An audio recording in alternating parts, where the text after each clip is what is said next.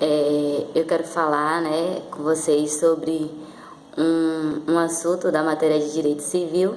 Talvez seja um dos assuntos que mais deixe os alunos, nos deixe, né, com a cabeça tão confusa, que é o Direito Civil das Obrigações, por haver muitos institutos e os conceitos de cada um ser muito parecidos de um com o outro. Mas, de antemão, eu quero te dizer que não é nem um bicho de sete cabeças, não é o mais fácil de se entender, mas também não é nem um bicho de sete cabeças. Nada que um pouco de atenção no estudo, né, um pouco mais de estudo, você não consiga compreender. Sempre recomendo, né, quando aos meus colegas, né, quando vamos estudar, que leiam o código, né, a doutrina, aquele autor, né, que você mais tem a facilidade de entender. No meu caso, eu gosto muito de ler o Roberto Gonçalves e Orlando Gomes. E também revise as aulas, o que o professor dá na sala de aula. Assim você vai pegar fácil cada conceito, né, dos institutos de direito das obrigações. Eu vou falar sobre a novação, né? A novação, o conceito de inovação é uma operação jurídica do direito das obrigações, em que consiste a criação de uma nova obrigação, extinguindo e substituindo uma obrigação antiga. A novação, ela está disciplinada, né, no Código Civil de 2002, nos seus artigos do 360 ao 367.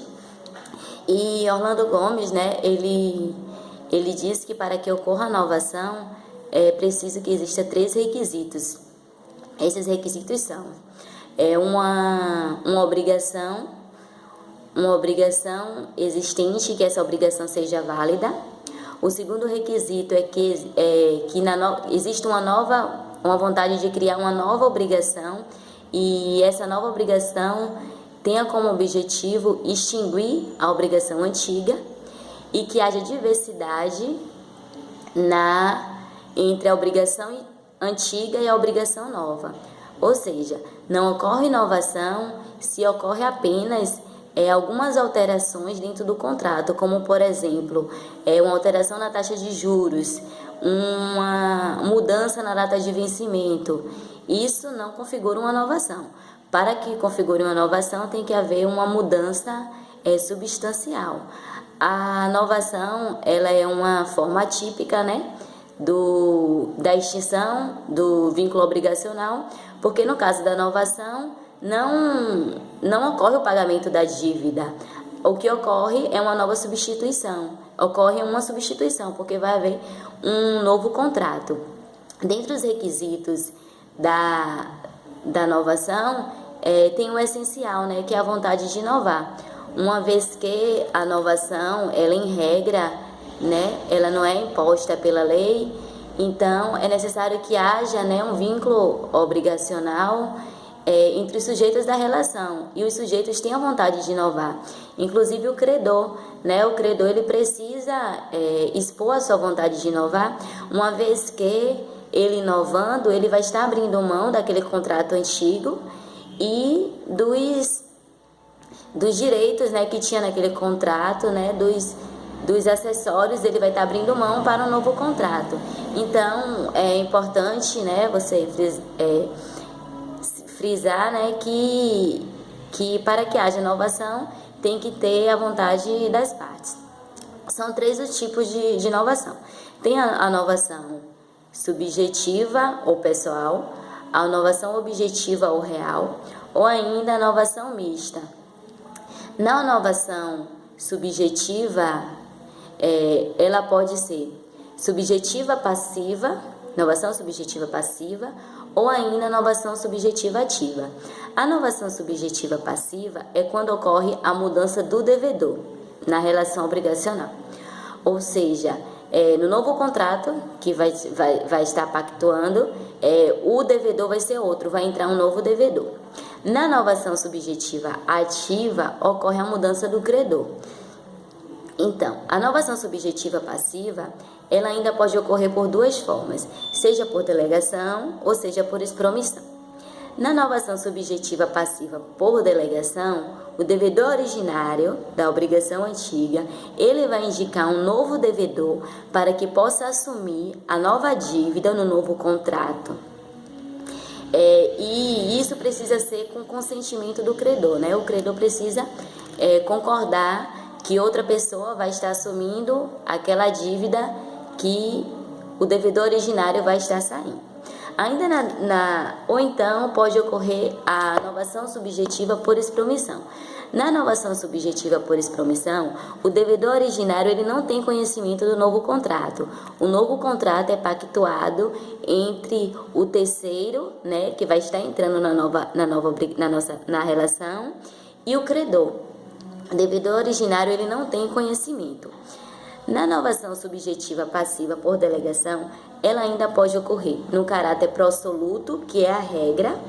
O caráter prosoluto quer dizer que o devedor originário, no momento que ele fizer um novo contrato e que o terceiro assumir a sua dívida, ele não tem mais responsabilidade pelaquela obrigação. Ele não poderá mais ser cobrado caso o novo devedor seja inadimplente, a não ser se ele agiu de má fé. Mas se ele tiver agido de boa fé, se o novo devedor for inadimplente, ele não se responsabiliza. No caso da novação subjetiva passiva com caráter prossolvendo, essa é a exceção. Ela não se presume, ela precisa estar escrita no contrato. Pelo caráter prossolvendo, o devedor originário, ele se responsabiliza pelo inadimplemento do novo devedor.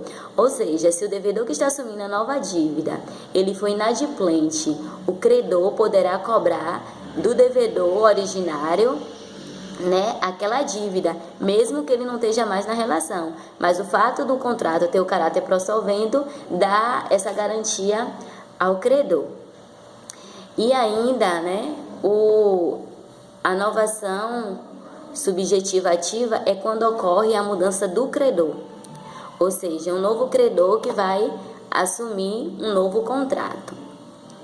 É importante lembrar, que você fixe bem, que na novação subjetiva passiva, que ocorre a mudança do devedor, ela não se confunde, né, com o pagamento feito por terceiro, porque uma vez o pagamento feito por terceiro, mesmo sendo a mudança de um devedor também, no pagamento feito por terceiro, a dívida é extinta no mesmo momento, entendeu? O terceiro assume e paga a dívida. Na novação, não. Na novação é um novo contrato e continua devendo.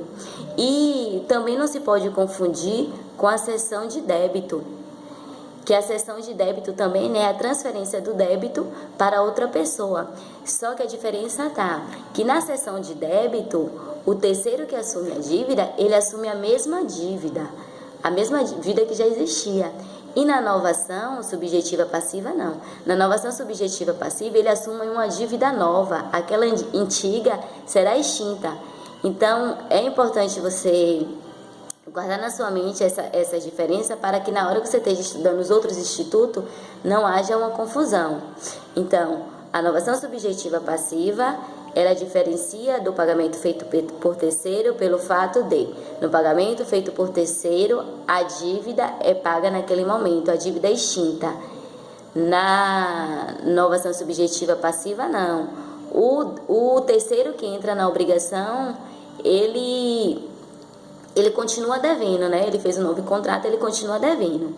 E na seção de débito, a dívida, o terceiro assume a mesma dívida do mesmo contrato. Na novação subjetiva passiva, ele assume um novo contrato, aquele contrato é antigo. Então, essa é a principal diferença.